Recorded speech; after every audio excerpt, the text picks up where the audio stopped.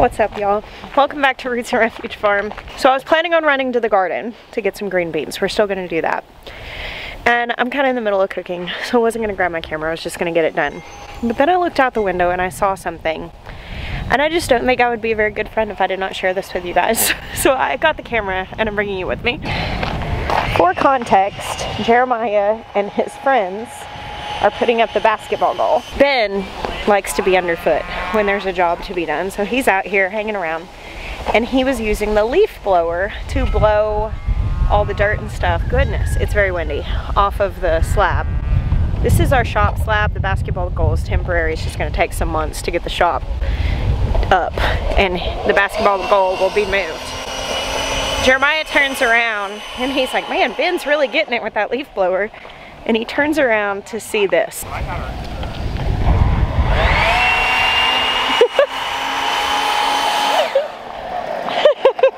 Oh, Ben. Nice innovation, sir. This one is a lot more powerful because the last one, Dad gave me his. And this one's a lot more powerful. It's a lot more powerful now? So when you were blowing with that, you realized how much power it had, and that just gave you a little light bulb over your head? Yeah, so you put it on a skateboard?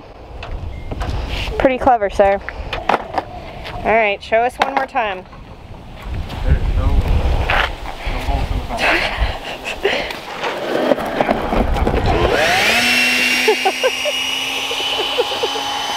I'll bolt it. Okay, let's see it. This is from the top of it. No, it's heavier than it looks. Oh, I know, I can tell.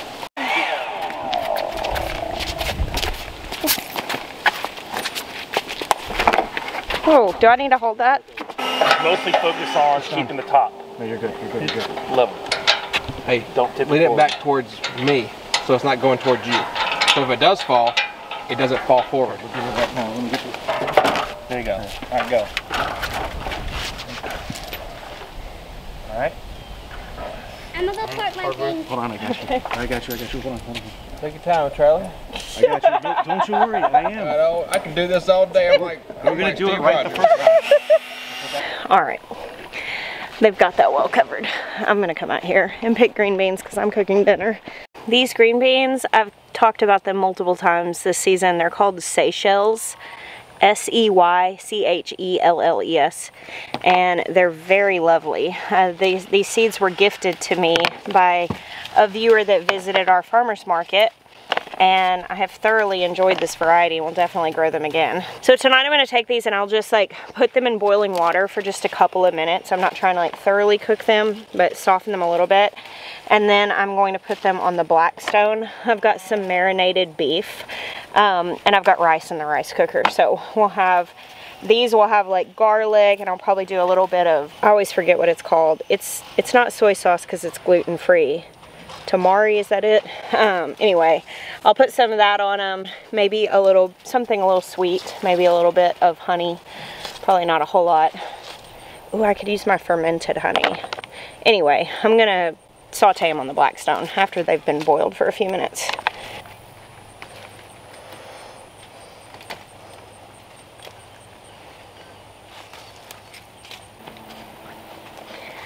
All right, there I've got it. I love harvesting fresh dinner. Truly, there are so many things about homesteading and gardening that I absolutely adore. I love being able to spend so much time with animals and just being in contact with the earth. I think just kind of being out of the man-made world a lot is very grounding, and there's so much that's wonderful. But of all the joys of the entire thing, probably my greatest pleasure is being able to come out and just harvest food and take it inside and make it for dinner. Such a simple pleasure. Look at that, lovely fresh green beans. These will be on our belly in, I don't know, approximately 35 minutes. I think that'll probably be how long it takes me to wash them, nip off the ends, and do a quick boil, and then a stir fry on the Blackstone. It's good. Alright y'all, it's a couple days after the first half of this video, and my daily time to get things done has been largely consumed by working on my house, but in the evenings before I start cooking dinner, I've started coming out and grabbing a few seed packs, and I'm just like sowing one bed at a time. So that's where I'm headed, but will break for figs. I thought I would stop and look. I planted these from Stark Bros, and this is their first year, and they look like that. Check this one out. Some of them, I mean, they're different varieties, and so they're just maturing at different paces. Like this one doesn't make it, the figs are bigger, but this is a different type, different color. Definitely will get to the end of the season. Oh, look, yes. And decide which one was the most productive. I do look forward to being able to come out and get like a whole bunch. But right now, I feel very pleased to get to come have one little fig snack. So this tunnel is where I'm planning on concentrating my early fall food growing efforts. Here in the Midlands of South Carolina, we have mild winters. We do get freezes, we get hard freezes. And from really early November to mid-April, we could have a hard freeze at any point during that time. It still gets warmish during the day. I'm preparing to head up to the Homesteaders of New England conference this weekend in Swansea, New Hampshire. I will put the link to their website down below if you have somehow missed out about this and want to attend. I'm very excited to go up there. But I was actually talking to my friend Morgan today. I'm going to be visiting his farm in Vermont also while I'm in that area. I've never been to New England before, so this is very exciting and new. But he was saying that it's kind of unusually warm there right now. The highs were in the 70s, but mornings could be in the 40s. And for me, that will be comfortable enough. But if it were like highs in the low 50s, I would be pretty cold, because that's kind of our winter temperatures. It's pretty common for it. Very rarely do we have more than a couple of days at a time where it's not getting above freezing during the day. We may occasionally have a day or two like that, but it is not common. So with that being said, when it's still pretty warm over the winter, even if it is freezing at night, you can grow food all winter. Actually, my struggle here in South Carolina is more that I'll try to grow the food over winter, and it's more likely to get too hot for it during the day than it would be to get too cold for it at night. But it still can get cold enough to freeze things, so you kind of got to have the dance between that. For winter growing, the high tunnels, a lot of times I keep the sidewalls up, and I keep the shade cloth on over the entire winter. This has 50% shade cloth on. And to some people, that's absolutely crazy. But if I were to take the shade cloth off and close the windows up, it would be well over, 100 degrees in here over the winter, which obviously the plants would not dig that, or me. So I'm going to throw some Touchstone Gold beets in here. I'm going to do a couple of rows of beets. This is something I'm planning on succession sowing throughout the season out here, probably like late into, like once it's December or so, anything I sow is going to be just slower in germinating, but it will germinate and it will grow slow, and I will harvest it once it's almost springtime.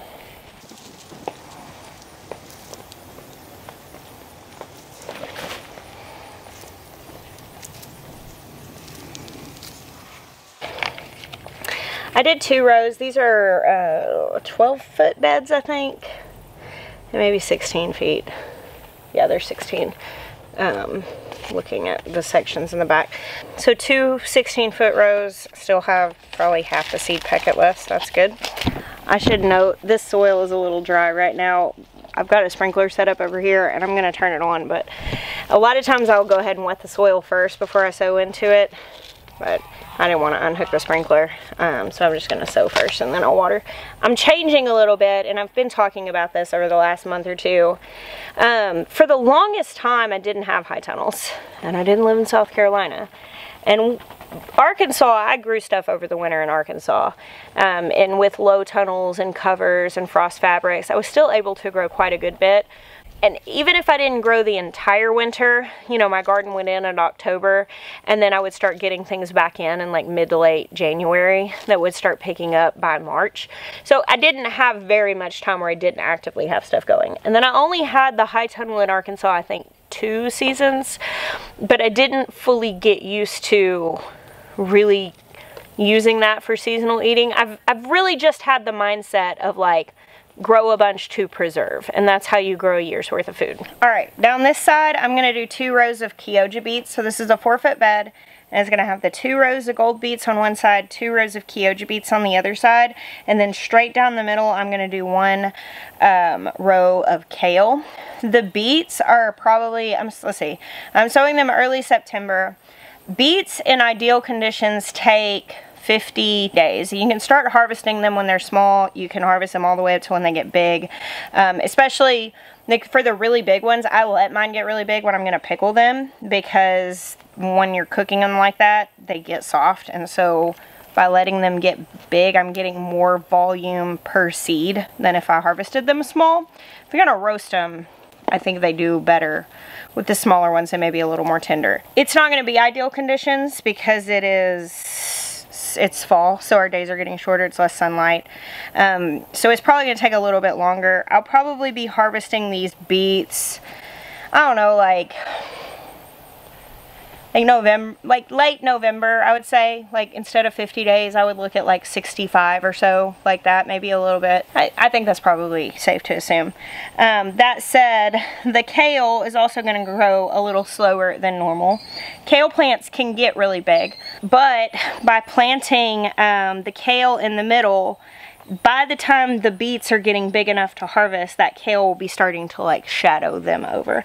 And then whenever I'm harvesting all the beets, I'll have these big lovely kale plants. So this bed will feel kind of balanced and not super empty.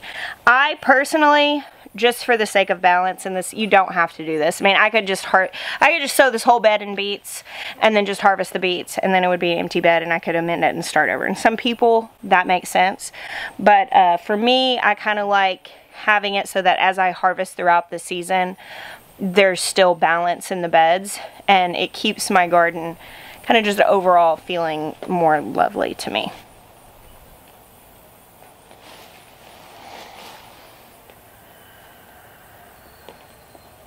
Alright, so in this bed, I want to show you guys what's going on. You see this soil situation? This, you may notice, is got perlite in it. This is potting soil. So this is the old soil out of a green stalk that I had down here. The soil just got a little bit dry, and it had been used like multiple seasons. So I was gonna move my green stalks around, but I'm not sure I'm gonna refill that one before winter. Because, you know, I'm just planting what we need, and I think I have another one that'll be enough salad greens for us. But I decided to go ahead and just throw the soil in a garden bed. And because the soil is so nice and loose, because it's potting soil, I am actually going to plant carrots here, and this is different. These are pelleted carrot seeds. These were actually sent to me, deep purple pellet carrot seeds. I have grown pelleted carrot seeds before. So pelleted seeds are when really tiny seeds are encased in like a clay casing. Sorry, there's a weird glare over my shoulder. The idea with pelleted seeds is that it is to make them easier to handle, because like carrot seeds are minuscule tiny.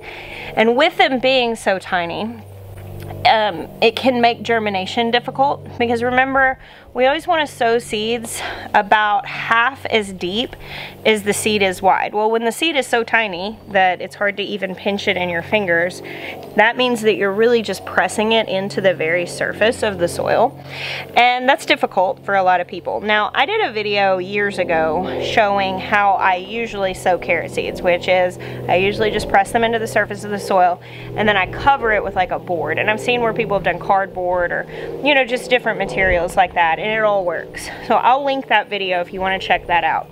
But pelleted carrot seeds kind of take away the need for that. So you're still just barely kind of pressing them into the surface of the soil, but they're not going to wash away. I have grown them. I do find them nice. I don't find them necessary.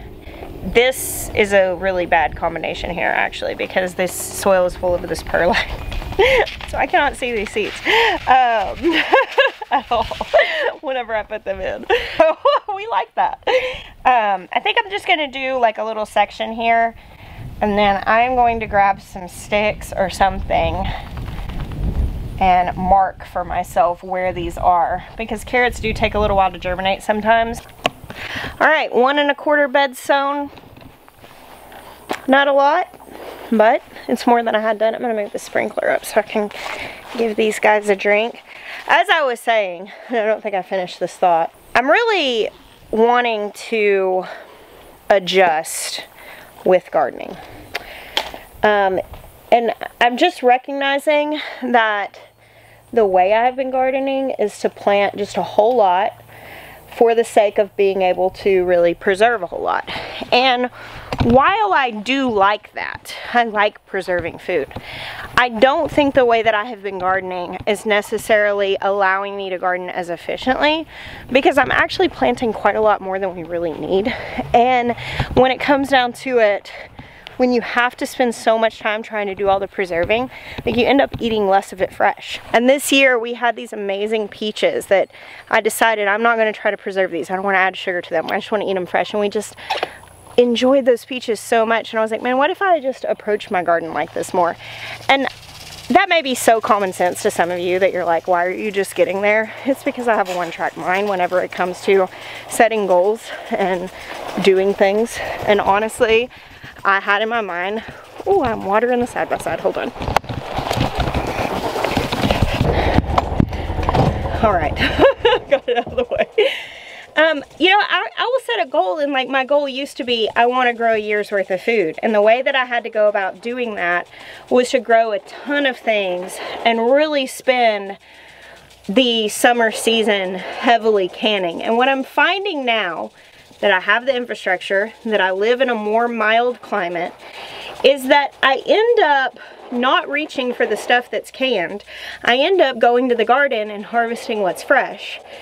And then a lot of times I'll see recipes or things I'd like to make with the fresh stuff in the garden, and I'm like, oh man, I really need to spend the day canning. And so I'm kind of going against myself instead of really steadily working towards the goal. So I'm just stating that I'm changing the goal.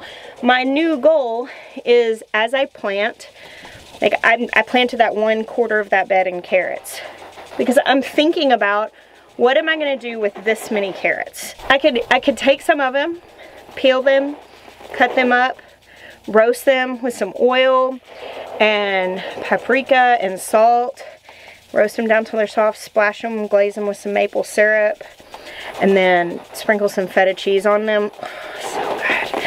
And then I could take a few of them and maybe make a little slaw. You know, that's enough carrots that I could use that harvest of what I just planted in, you know, a week reasonably. And so next week I can plant that many more carrots, and I can kind of more so plan out where I'm not getting massive waves of food all at once, because my goal is not one, I need them all at once so that I can can them all, or I need them all at once so I can preserve them all. It's more, I need them a little bit at a time so that we can consistently come out and harvest dinner the day of dinner, because that really is one of my greatest joys of homesteading. I love being able to treat my yard like the grocery store, and really eat food at its finest, because you cannot just go buy what you can go harvest out of your yard. It's just different, and the more I can have of that, in my opinion, is the better. We'll still prepare, we'll still have a good stocked pantry. I'll still do some canning when we have excess, but my #1 goal is to have my greatest joy of homesteading a little more. All right, guys, thank you for hanging out with me today, and all the days you do. I bless you. Until next time.